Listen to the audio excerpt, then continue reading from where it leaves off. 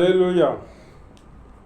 సౌందర్యపూర్ణుడా, సర్వలోకనాథుడా, రమ్యమైన పాలక, గొప్ప రక్షణకారక, యేసయ్యా నా ప్రాణ ప్రియుడా, మనసంతా నిండిన మధురానుబంధమా, అతి ప్రియుడా నా ప్రాణేశ్వర, అపురూపమే నీ మగ దర్శనం.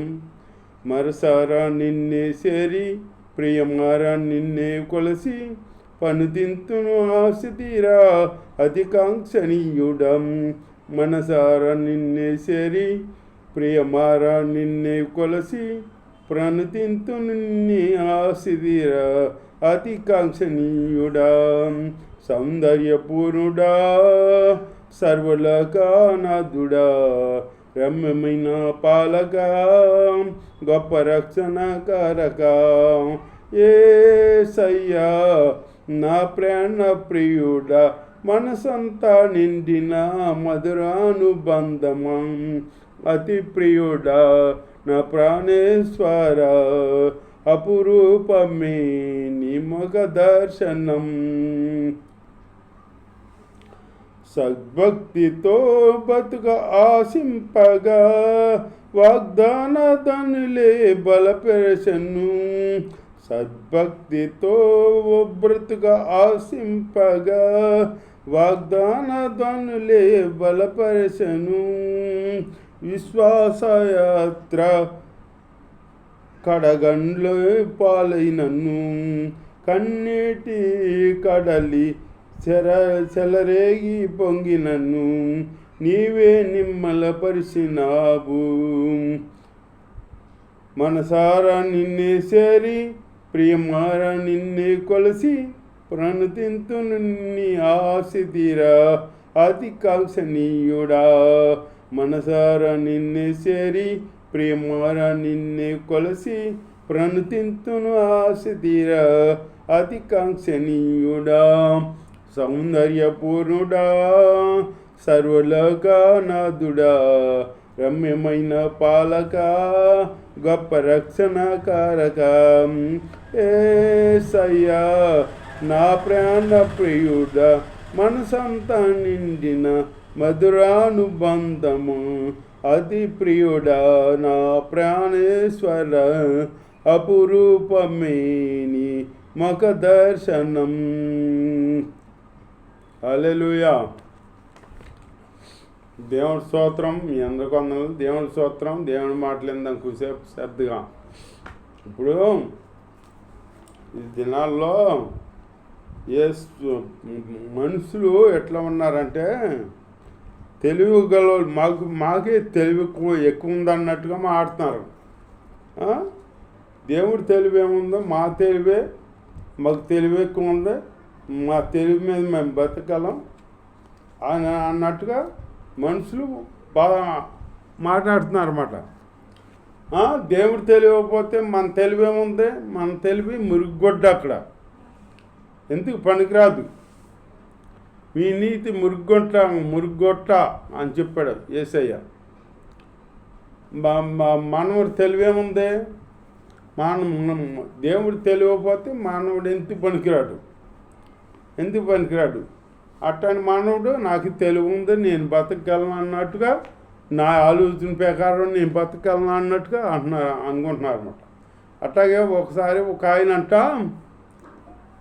ఇట్లా అన్నాడంట, దేవుడు పిల్లి ఉందా, పిల్లి, ఆ పిల్లికి 4 కాళ్ళు ఇచ్చాడు. ఎందుకు దేవుడు? ఏంటి లేకపోతే కానీ 2 కాళ్ళు ఇస్తే కాదు, 2 కాళ్ళతో నడిచేది అన్నాడంట. దేవుడు తెలివి తక్కువడా? దేవుడు దేనికి ఎన్ని కాళ్ళు ఇవ్వాలో, దేనికి ఎట్లా ఇవ్వాలో దేవుడికి తెలుసు. నీకు ఎట్లా ఇవ్వాలో, ఇంకొకరు ఎట్లా ఇవ్వాలో దేవుడికి తెలుసు. అట్లా ఇస్తాడు. అన్నాడంట, పిల్లిని 4 కాళ్ళు ఇచ్చాడు దేవుడు, ఇంతకు అనవసరంగా నేను 2 కాళ్ళతో నడిపిస్తాను, పిల్లిని 2 కాళ్ళతో నడిపిస్తాను ఆయన.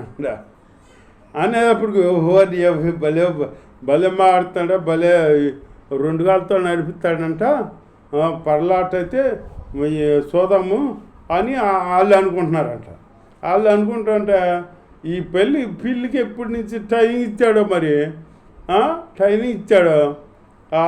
వాళ్ళు ఇంటికి చుట్టాలు వచ్చారంట. చుట్టాలు వస్తే మరి పిల్లికి ఏలేసాడంట. ఏలేస్తే నేర్పాడు కోసం ఈ టీలు కాఫీలు తీసుకొచ్చి ఒక పీటలో పెట్టి ఆ పిల్లికి ఇచ్చాడంట. వాళ్ళకి ఇస్తామని ఇచ్చాడంట. దేవుడి స్తోత్రం. అందరూ అట్టగా డోరావులు చూస్తారంట. 2 కాళ్ళతో నడిపిస్తా అన్నాడు. 2 కాళ్ళతో నడుస్తుందే చక్క, ఇదేదో భలే ఉంది ఈయన అని చూద్దామని చూస్తున్నాను. నోరావులు చూస్తుంటే ఆ పిల్లి ఎత్తుకొస్తుంటే అందరూ విచిత్రంగా చూస్తున్నారు. 2 కాళ్ళతో నడుస్తా 2 కాళ్ళతో ఇసుకొస్తుంది. దేవుడే నా తెలివి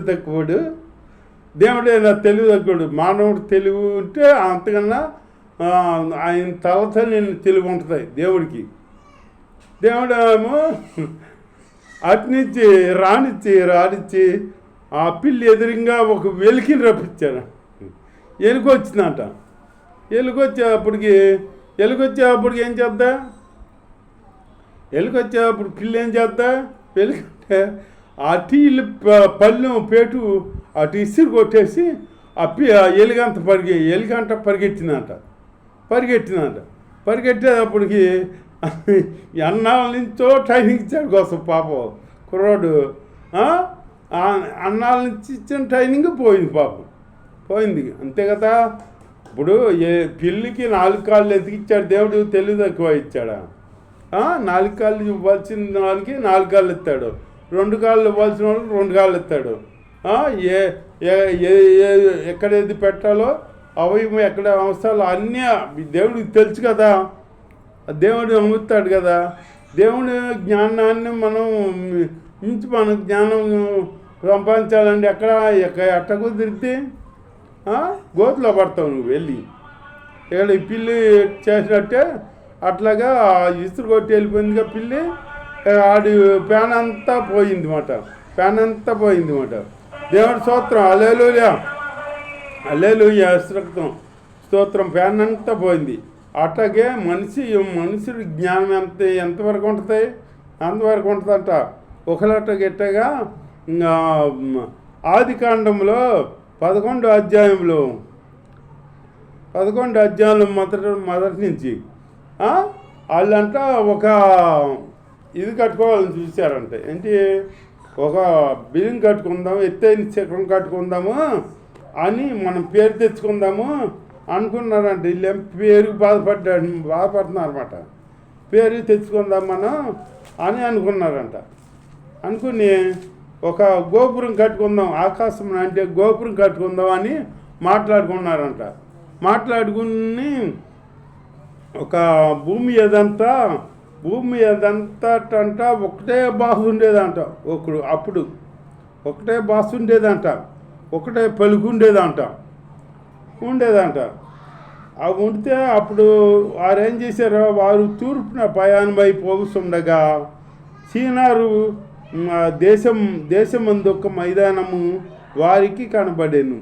అక్కడ వారు నివసించి మనము ఇటుకలు తీసి బాగుగా కాల్చుదాము రండని ఒకరితో ఒకరు మాట్లాడుకునిస్తుండిరి.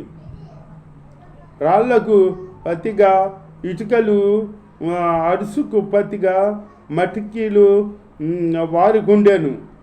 మరియు వారు మనము భూమి అదంతటా చెదిరిపోకుండా ఒక పట్టణమును, ఆకాశం అంటూ శిఖరము గల ఒక గోపురమును కట్టుకొని పేరు సంపాదించుకుందాం అనుకున్నారంట వాళ్ళు. ఒక గోపురం కట్టుకుని, ఆకాశం అంటే ఒక గోపురం కట్టుకుని పేరు సంపాదించుకుందాం అనుకున్నారంట. పేరు సంపాదించుకుందాం అనుకునేటప్పటికి రండని మాట్లాడుకుంటుండగా అప్పుడు యెహోవా నరుల కుమారులు కట్టిన పట్టణము గోపురమును దిగి వచ్చాను. అప్పుడు యెహోవా ఇదిగో జనము ఒకటే, వారికందరికీ భాష ఒకటే, వారు ఈ పని ఆరంభించి ఉన్నారు. ఇక మీదట వారు చేయదలంచు పని ఏ పని అయినను చేయకుండా వారికి ఆటంకమేమీ ఉండదు గనుక మనము దిగిపోయి వారిలో ఒకని మాట ఒకనికి తెలియకుండా అక్కడ వారి భాష తారుమారు చేయుదము రండని అనుకున్నారంట. ఎవరో దేవుడు, త్రియేక దేవుడు అనుకున్నాడు. నరులు ఆకాశం నంటి గోపురాన్ని కట్టి పేరు సంపాదించుకుందాం అనుకున్నారు కదా. ఆ గోపురాన్ని కట్టుకుంటే మనుషులు ఇక మన మాట వినరో, వాళ్ళు మన లెక్క దేవుని లెక్క చేయరు అన్నట్టుగా అక్కడ త్రియేక దేవుడు గ్రహించి వాళ్ళు కట్టుకున్న గోపురాన్ని దిగొచ్చినాక అప్పుడు అనుకున్నారంట వాళ్ళ భాష తారుమారు చేద్దాము అనుకున్నారంట.